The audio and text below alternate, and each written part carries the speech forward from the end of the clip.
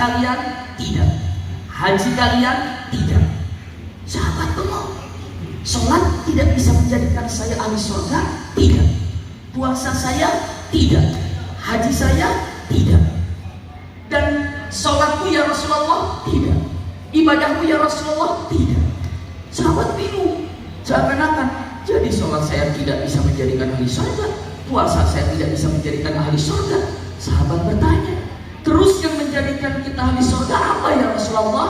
Lihat ini, Rasulullah katakan, illa ayyataghammadiyallahu birahmatihi. Illa ayyataghammadiyallahu birahmatihi. Artinya apa? Yang membuat kita menjadi ahli surga adalah apa? Seseorang yang dikasih oleh Allah cinta dan kasih sayangnya. Maksudnya apa? Dikasih apa? Dikasih hadiah berupa apa? Iman. Berupa iman. Jadi kalau dalam mata, jadi yang menjadikan kita ahli surga itu apa? Iman. Masya Allah. Bisa dipahami sampai di sini ya. Tapi jangan sampai begini. Oh, Abi Maki, yang penting saya iman, sholat juga nggak apa-apa kalau saya tinggalkan. Yang penting saya iman, puasa gak usah saya puasa. Yang penting iman, saya mau gak usah zakat. Nah, lihat ya, iman yang menjadikan kita ahli surga. Dan ingat, ada fungsi iman yang lainnya.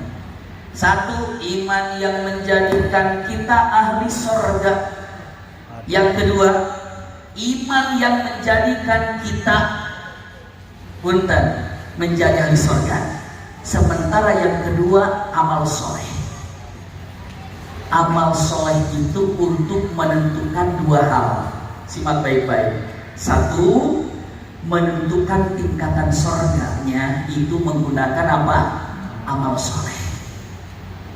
Nanti amal soleh ditimbang apa tidak? Ditimbang amal soleh? Ditimbang. Apabila amal solehnya lebih banyak, lebih baik, maka itulah yang menentukan tingkatan surga kita di mana. Contoh, dengan mengatakan bagaimana amal solehnya, coba ditimbang amal solehnya, puasanya ditimbang, sholatnya ditimbang, zakatnya ditimbang, hajinya ditimbang. Ternyata timbangan amal solehnya banyak, berarti tingkatan surganya paling apa? Tinggi. Bisa pahami ya teman-teman? Yang menjadikan tingkatan surga kita berbeda apa? Amal soleh.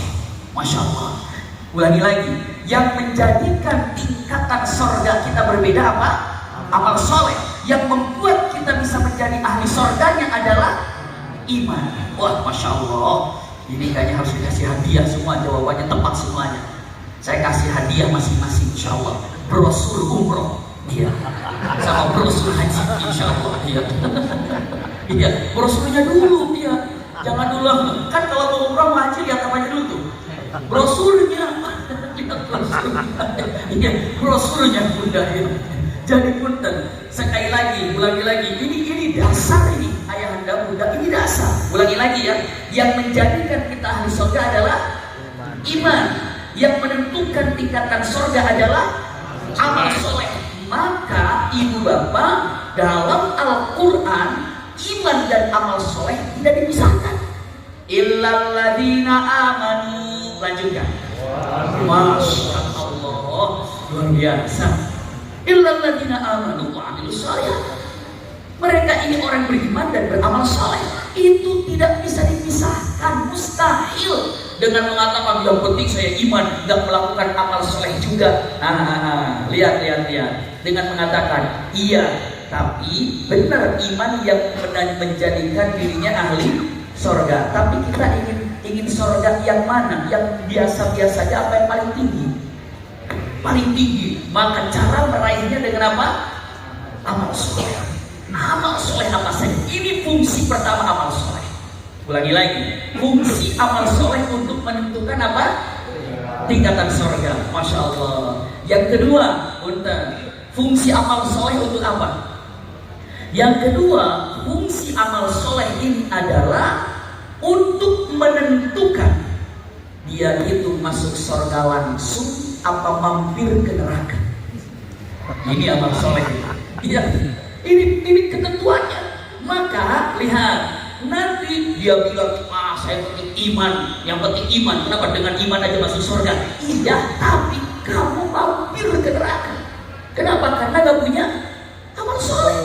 Emang yakin orang yang beriman masuk surga? Yakin. Kata siapa? Rasulullah. Apa katanya? Man qala la ilaha illallah, lanjutkan, dakhalal jannah. Siapa yang mengatakan la ilaha illallah, wajib baginya masuk surga. Wajib baginya masuk surga. Tapi lihat, masuknya langsung apa mampir? Dicek apanya?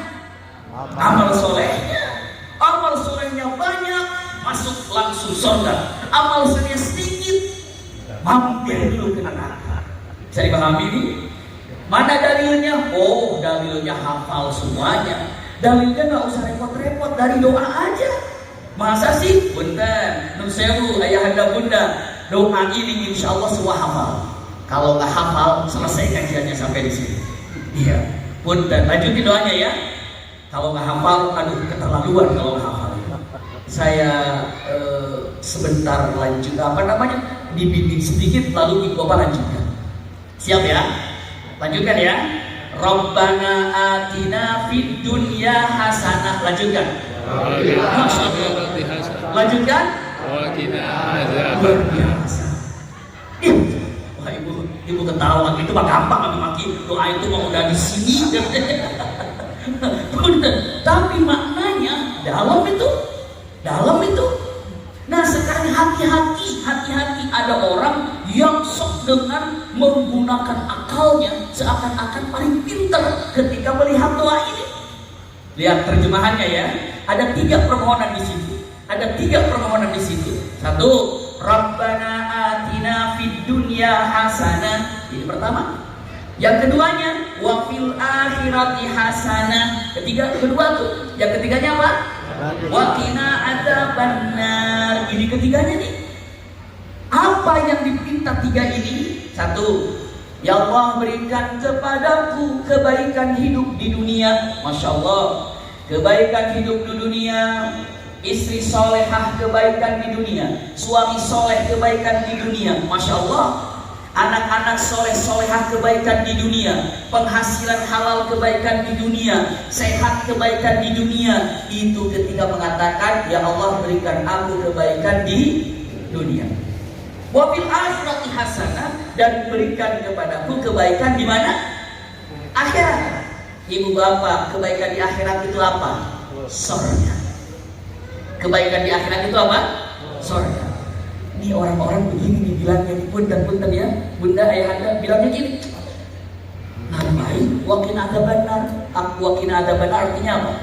Bebaskan dari api neraka.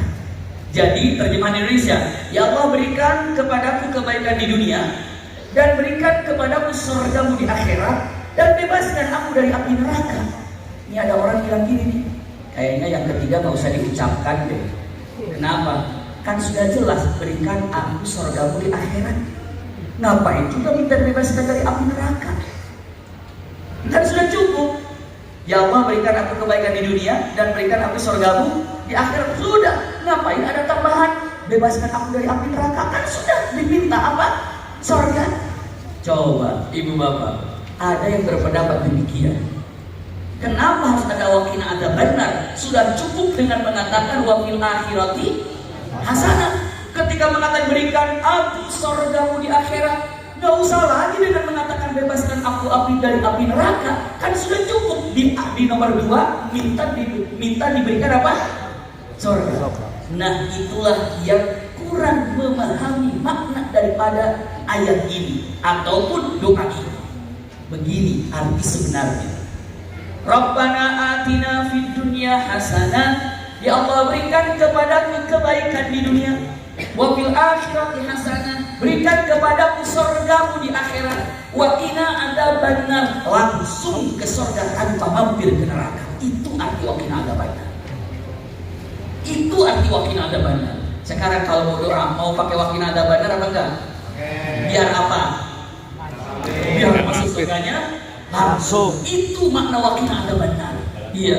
Jadi gak mampir dulu ke neraka ya. Ini berarti apa fungsinya iman? Fungsinya iman menjadikan kita kita ahli surga. Apa fungsinya amal soleh? Menentukan tingkatan surga. Apa fungsi amal soleh yang kedua? Menentukan masuk surga langsung atau mampir ke neraka. Kita ini ingin masuk surga langsung dan mendapatkan surga paling tinggi. Dengan apa? Amal soleh. Tapi sewu, kalaupun amal soleh banyak, gak punya iman, gak dihitung oleh Allah. Gak dihitung. Coba sekarang, ada nggak orang yang tidak beriman tapi amalan baiknya banyak? Ada nggak kira-kira? Tidak beriman tapi sumbang sana, tolong ini, tolong itu, masya Allah baiknya luar biasa, tapi tidak punya iman, nggak nyangkut amalan.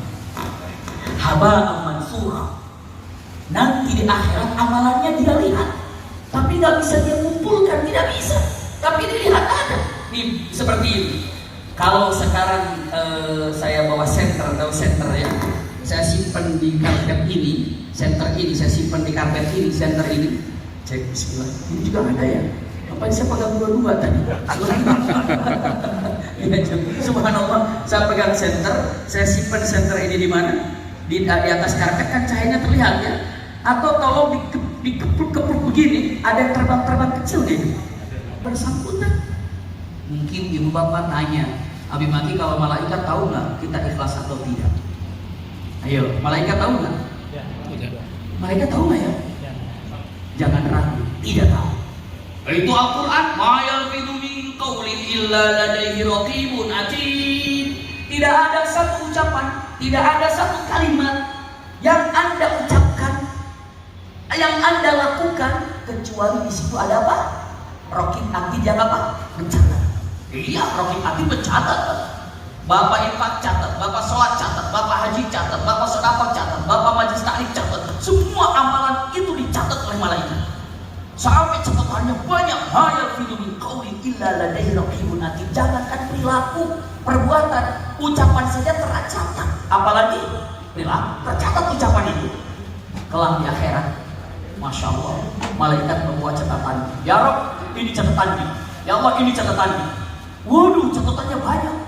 Puasanya, zakatnya, sedekahnya, hajinya, catatannya ada. Tiba-tiba begitu ditimbang, nggak ada sama sekali berarti. Protes orang ini. Ya Allah, kenapa sedekah saya nggak ada timbangannya? Kenapa puasa saya nggak ada timbangannya? Kenapa ini saya nggak ada timbangan, nggak ada timbangannya, nggak ada berat-beratnya? Jawabannya apa? Allah katakan kalimat ini. Sebelum Allah jawab, malaikat sempat protes. Kata malaikat, ya Rabb, aku yang mencatatnya, tapi kenapa nggak ada berat-beratnya? Aku yang mencatatnya, kenapa nggak ada timbangannya? Apa jawaban Allah? Allah dengan tegas mengatakan, kewajiban malaikat mencatat amalan yang mereka lakukan, tapi kewajiban melihat hatinya ikhlas atau tidak ikhlas. Berarti malaikat tugasnya hanya apa? Lupa mencatat. Malaikat mencatat, malaikat mencatat, malaikat mencatat. Tapi Allah akan lihat hatinya ikhlas atau tidak ikhlas. Masya Allah, tabarakallah. Ini gambarannya untuk kita pegang baik-baik. Iya. Usikum ya nafsi kita kuapa. Berarti sekarang kita sudah tahu nih, pegang baik-baik. Yang pertama iman, yang keduanya adalah apa? Itu nggak bisa dipisahkan semuanya. Tidak bisa dipisahkan. Ternyata, oh bahaya lagi. Kita ini ternyata jangan pernah bangga mengatakan, oh saya sudah beriman, alhamdulillah syukuri itu. Alhamdulillah saya sudah beramal, syukuri itu. Dalam hatinya, saya alhamdulillah sudah ikhlas, syukuri itu. Tapi ingat manfaat. Hati-hati. Sehebat apapun ibu bapak imannya, amalannya, ikhlasnya, tapi hati-hati. Ada seseorang menyampaikan kepada Rasulullah, ya Rasulullah, orang itu ya Rasulullah ibadahnya hebat, qawwam, masya Allah. Artinya apa? Ya Rasulullah, kalau masalah ibadah jangan ditanya orang itu. Puasanya rajin, masya Allah. Sholatnya rajin, tahajudnya rajin, berjamaahnya rajin, baca Qurannya rajin, puasanya rajin. Tapi ada satu masalahnya. Apa? Innahu yu'dhi jarah. Tapi dia itu suka nyakitin tetangganya.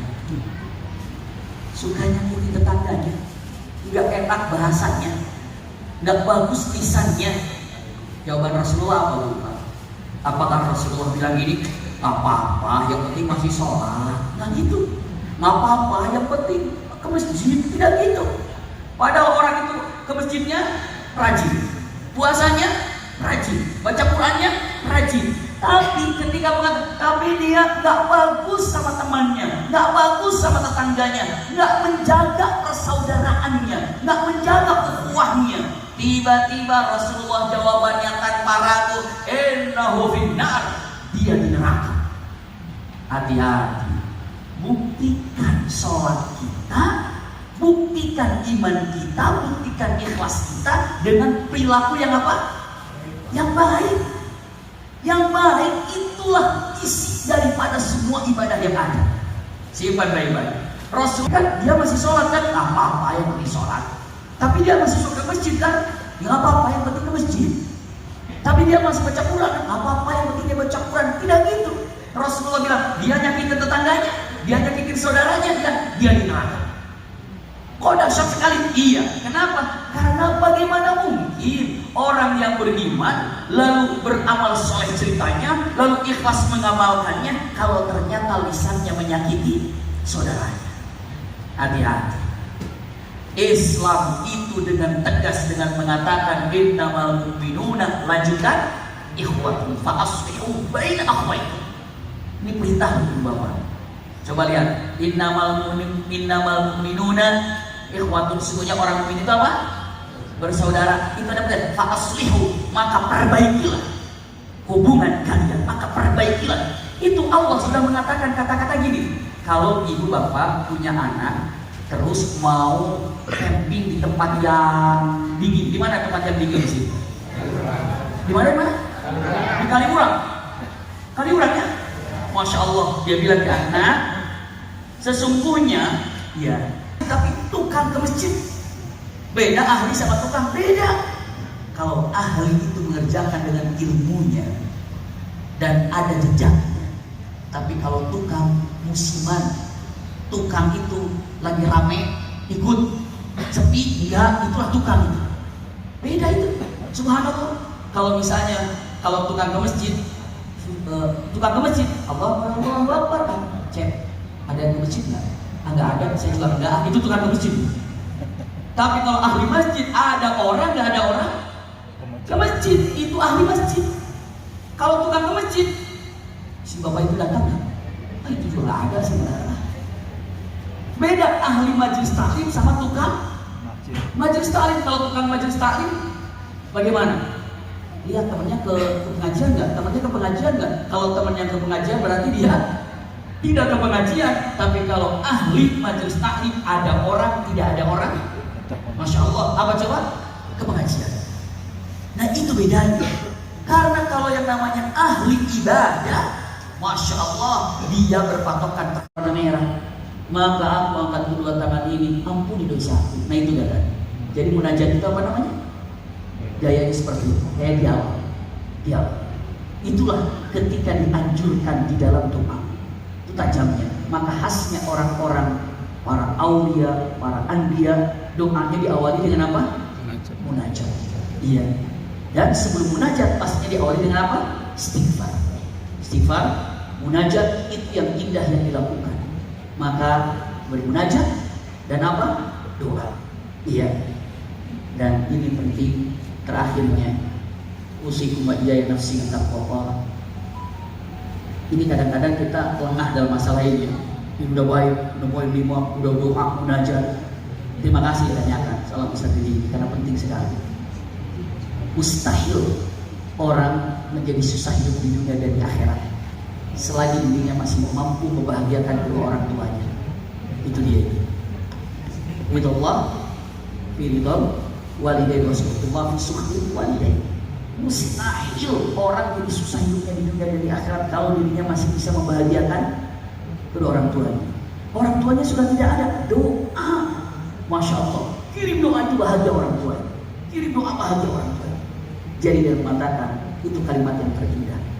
Jadi usikum wa iyaya nafsi bitaqwa, Rasulullah mengatakan tidak ada yang membuat aku cemburu kepada siapapun di antara kalian yang beribadah kecuali saat ada orang yang birrul walidain. Masya Allah. bil walidain. Itu gambaran singkatnya. Jadi kalau mengatakan kadang-kadang kita lupa terhadap orang tua, bagaimana kita lupa terhadap orang tua padahal itu adalah kunci kesyurgaan. Jadi kalau gambarannya itu adalah mustahil orang susah di dunia dan di akhirat selagi orang itu masih bisa membahagiakan orang tua. Masya Allah. Jadi selagi orang tua itu bahagia dengan kita, Masya Allah, itu surga itu apa? Terbuka. Dan ini gambaran yang sangat terindah. Iya. Dan tambah lagi, kalau untuk saat ini adalah, ini penting juga, ridho dengan apa yang Allah berikan. Itu paling gitu. Doa tambah munajatnya, orang tua bahagiakan. Yang ketiga, selalu yang tadi 5 simpan, tambah 3 lagi. Yang ketiganya adalah ridho dengan apa yang Allah berikan. Semakin ridho dengan apa yang Allah berikan, semakin cepat itu surga terbuka. Semakin cepat terbuka. Dan ingat, kalau kepada Allah kenapa tadi Allah kenapa itu bukti kalau orang itu tidak punya sopan santun, bilang tidak berakhlak kepada